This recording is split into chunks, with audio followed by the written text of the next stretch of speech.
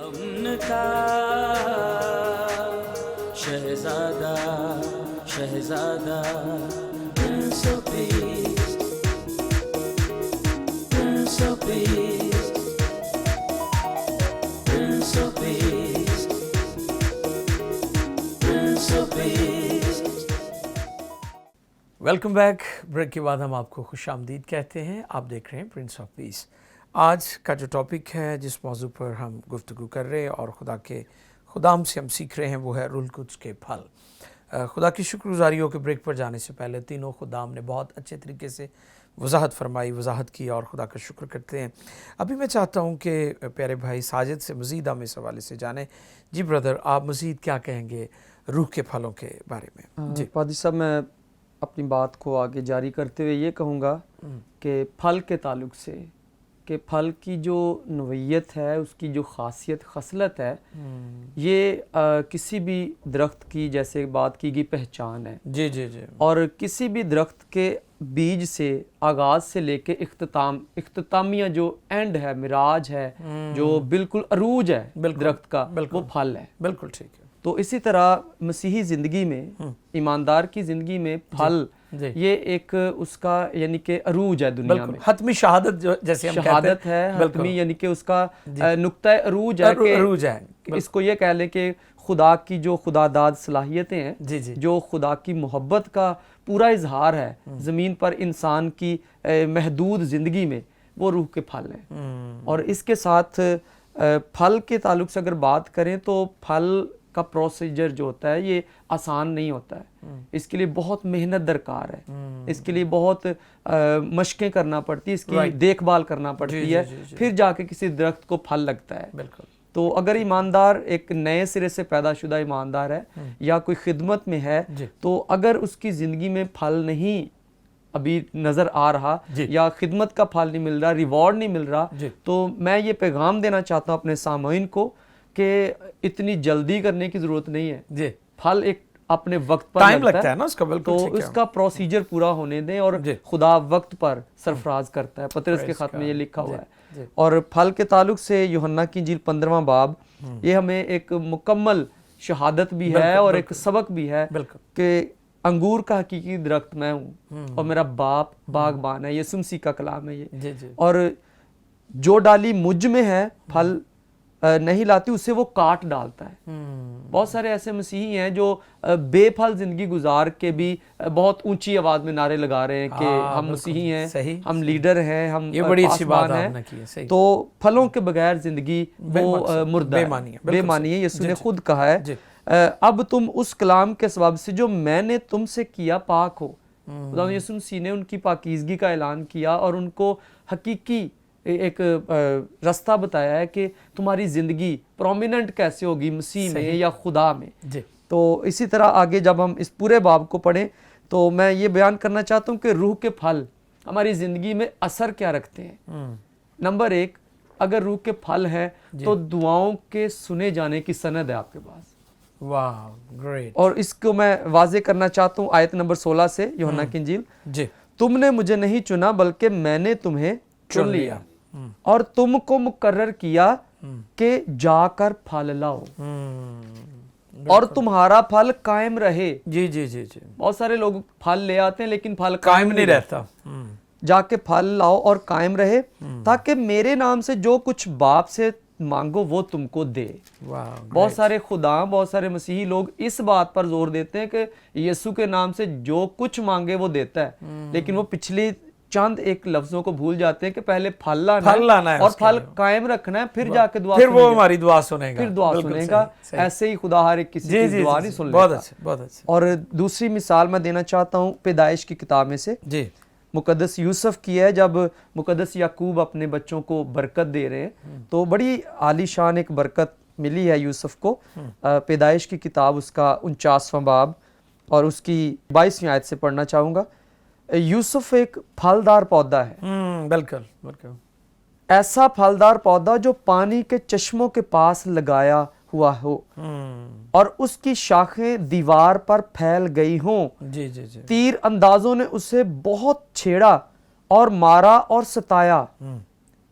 اب دیکھیں پھلدار ایک درخت اس کو تشبیہ دیا گیا یوسف کو, اور لکھا ہے کہ تیر اندازوں نے اسے مارا بھی ہے, چھیڑا بھی ہے, اور اس کے اندر سے کیا نکل رہا ہے؟ محبت, خوشی نکل رہی ہے, معافی نکل رہی ہے. اس نے بدلہ نہیں لیا. آج کے ایماندار کو چھیڑ کے دیکھیں تو کیا یہ پھل نکل دیں؟ نہیں, تو کیا ڈیفینیٹلی جب ہم کسی کو چھیڑتے ہیں, یوسف کو تیر سے مارا گیا ہے, اس کو چھیڑا گیا ہے, اس کی تذلیل کی گئی ہے, بیچ ڈالا گیا, لیکن اس کے پھل جو جھڑ رہے ہیں, کسی درخت کو ہلائیں یا چھیڑیں تو کیا گرتا ہے؟ پھل گرتا ہے. تو آج کے ایماندار کو میں سمجھتا ہوں ہر ایک کسی کو چھیڑنے کی نوبت نہ آنے دے, خود اپنے آپ کو تنہائی میں بیٹھ کے خدا کے سامنے ایک بار جھاڑے, کیسے پھل گر رہے ہیں, کیسی گفتگو آپ کی ہے, کیسا کردار آپ کا ہے, کس طرح کی زندگی آپ گزارے, کس طرح کی خدمت ہے, کس طرح کا رسپانس آپ معاشرے کو دیتے ہیں, کس طرح کا ملک کو دیتے ہیں. ہمارے بہت سارے لیڈرز ہیں, وہ خدا معاف کرے, ہمارے بہت سارے لیڈرز وہ آپس میں ایک دوسرے کا جھگڑے نہیں ختم ہو رہے. صحیح بات ہے, کیونکہ کوئی ایک چھیڑتا ہے تو اس کو اچھا بدلہ دیا جاتا ہے. بالکل. میں سامعین کو یہ پیغام دینا چاہتا ہوں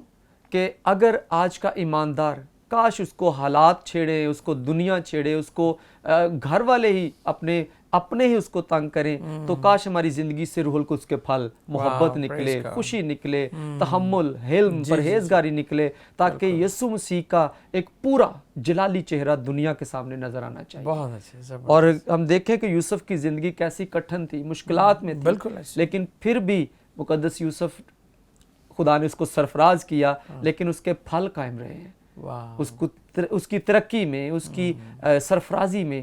اور میں سمجھتا ہوں کہ اگر روح القدس کے پھل ہماری زندگی میں ہیں, اگر ہم مسیح میں قائم ہیں, جیسا یسوع نے کہا ہے کہ اگر تم مجھ میں اور میری باتیں تم میں قائم رہو, تو پھر جو چاہو تمہارے لیے ہوگا. واہ, گریٹ.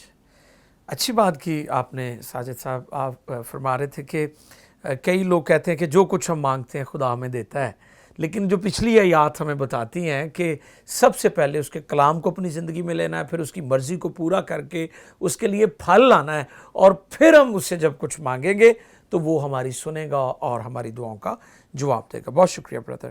ابھی میں چاہوں گا کہ کامران صاحب سے مزید اس حوالے سے جانیں. جی کامران. سر, جیسا کہ بات کر رہے تھے, میں ان کو جتنے بھی پھل ہیں کوشش کی میں نے کہ ان کو کھول کر بیان کیا جائے. جی. تو اطمینان کے بارے میں بات ہو رہی تھی, تو میں چاہتا ہوں تھوڑی سی تحمل پہ بات کی جائے. تحمل کا مطلب ہے صبر, سہنا, برداشت کرنا ہے. رائٹ. جیسے یوسف کا ذکر کر رہے تھے کہ اس نے برداشت کیا, اس نے بدلہ نہیں لیا بلکہ ان کو معاف کیا. صحیح. جی.